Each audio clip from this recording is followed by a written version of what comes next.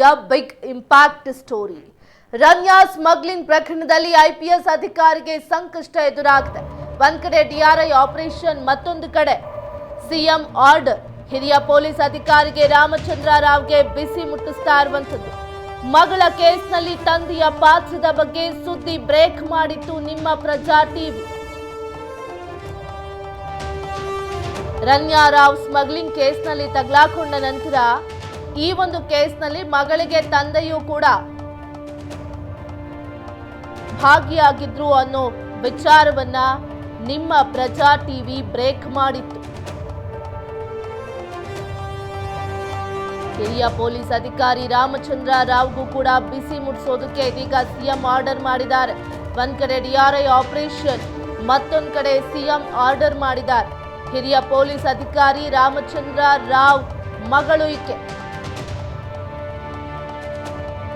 ತನ್ನ ತಂದೆಯ ಪವರನ್ನ ಬಳಸಿಕೊಂಡು ಯಾವುದೇ ಪ್ರೋಟೋಕಾಲ್ ಇಲ್ಲದೆ ಅಥವಾ ಯಾವುದೇ ಅಲ್ಲಿ ಚೆಕ್ಕಿಂಗ್ ಇಲ್ಲದೆ ಆಕೆ ದುಬೈನಿಂದ ಬೆಂಗಳೂರಿಗೆ ಬರ್ತಾ ಇದ್ರು. ಏರ್ಪೋರ್ಟ್ನಲ್ಲೂ ಯಾವುದೇ ಚೆಕ್ಕಿಂಗ್ ಇರ್ತಾ ಇರಲಿಲ್ಲ. ಯಾಕೆ ಅಂತಂದ್ರೆ ಹಿರಿಯ ಪೊಲೀಸ್ ಅಧಿಕಾರಿ ರಾಮಚಂದ್ರ ರಾವ್ ಮಗಳು ಈಕೆ. ಹೀಗಾಗಿ ಯಾವುದೇ ಚೆಕ್ಕಿಂಗ್ ಇಲ್ಲದೆ ಆಕೆ ಸರಾಗತವಾಗಿ ಕೆಜಿ ಚಿನ್ನವನ್ನ ಯಾರಿಗೂ ಗೊತ್ತಾಗದೆ ನಿಟ್ಟಿನಲ್ಲಿ ಸ್ಮಗ್ಲಿಂಗ್ ಮಾಡ್ತಾ ಇತ್ತು. ಟ್ರಾವೆಲ್ ಹಿಸ್ಟ್ರಿ ಡಿಆರ್ಐ ಅಧಿಕಾರಿಗಳಿಗೆ ಗೊತ್ತಾಗುತ್ತೆ. ಇಷ್ಟೊಂದು ಬಾರಿ ದುಬೈಗೆ ಯಾಕೆ ಹೋಗ್ತಿದ್ದಾಳೆ ಈಕೆ ಅಂತ ಬೆಂಗಳೂರಿನಲ್ಲಿ ಚೆಕ್ ಮಾಡಿದಾಗ ಈ ವಿಚಾರ ಬೆಳಕಿಗೆ ಬಂತು. ಹಿರಿಯ ಪೊಲೀಸ್ ಅಧಿಕಾರಿ ರಾಮಚಂದ್ರ ರಾವ್ಗೂ ಕೂಡ ಇದೀಗ ಪಾತ್ರ ವಹಿಸಿದ್ದಾರೆ ಈ ಪ್ರಕರಣದಲ್ಲಿ ಅನ್ನೋ ವಿಚಾರವನ್ನ ನಿಮ್ಮ ಪ್ರಜಾ ಟಿವಿಯಲ್ಲಿ ಸುದ್ದಿ ಬಿತ್ತರಿಸಲಾಗಿತ್ತು. ಇದು ಪ್ರಜಾ ಟಿವಿ ವರದಿಯ ಬಿಗ್ ಇಂಪ್ಯಾಕ್ಟ್. ಹಿರಿಯ ಅಧಿಕಾರಿ ರಾಮಚಂದ್ರ ರಾವ್ಗೂ ಕೂಡ ಬಿಸಿ ಮುಟ್ಟಿಸ್ತಾ ಇರುವಂತದ್ದು. ಇದೀಗ ಒಂದ್ ಕಡೆ ಡಿಆರ್ಐ ಆಪರೇಷನ್ ನಡೆಸ್ತಾ ಇದೆ, ಮತ್ತೊಂದ್ ಕಡೆ ಸಿಎಂ ಕೂಡ ಆರ್ಡರ್ ಮಾಡಿದ್ದಾರೆ. ಹಿರಿಯ ಪೊಲೀಸ್ ಅಧಿಕಾರಿ ರಾಮಚಂದ್ರ ರಾವ್ಗೂ ಕೂಡ ಈಗ ಸಂಕಷ್ಟ ಎದುರಾಗ್ತಾ ಇದೆ. ಈಗೇನ್ ರಾಮಚಂದ್ರ ರಾವ್ ಇದ್ದಾರೆ ಹಿರಿಯ ಪೊಲೀಸ್ ಅಧಿಕಾರಿ, ಅವರ ಮಗಳೇ ಈ ರನ್ಯಾ ರಾವ್.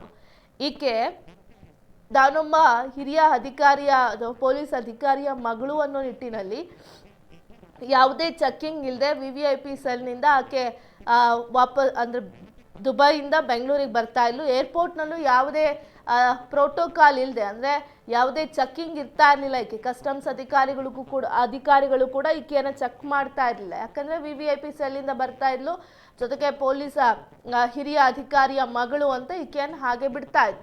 ಇದನ್ನೇ ಪ್ಲಸ್ ಮಾಡಿಕೊಂಡ ಆಕೆ ದುಬೈಗೆ ಹೋಗಿ ಅಲ್ಲಿಂದ ಗೋಲ್ಡ್ ಸ್ಮಗ್ಲಿಂಗ್ ಮಾಡಿಕೊಂಡು ಬೆಂಗಳೂರಿಗೆ ಯಾವುದೇ ದಾಖಲೆಗಳಿಲ್ಲದೆ ದುಬೈನಿಂದ ತರ್ತಾ ಇದ್ಲು. ಆಕೆ ಇಷ್ಟೊಂದು ಬಾರಿ ದುಬೈಗೆ ಹೋಗಿದ್ದಾಳಲ್ಲ ಅಂತ ಚೆಕ್ ಮಾಡಿದಾಗ, ಏರ್ಪೋರ್ಟಿಗೆ ಬಂದಂಥ ಸಂದರ್ಭದಲ್ಲಿ ಚೆಕ್ ಮಾಡಿದಾಗ ಕೆಜಿ ಚಿನ್ನ ಸಿಕ್ಕಿತ್ತು.